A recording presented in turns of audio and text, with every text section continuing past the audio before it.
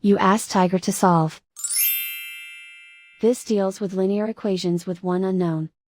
The final result is t equals 6/5. Let's solve it step by step. Simplify the expression. Group the coefficients. Find the lowest common denominator. Multiply the denominators.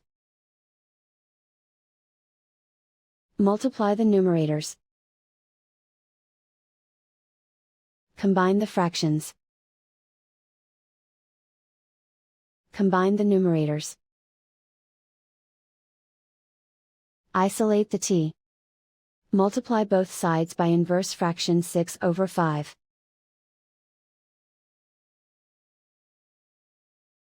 Group like terms.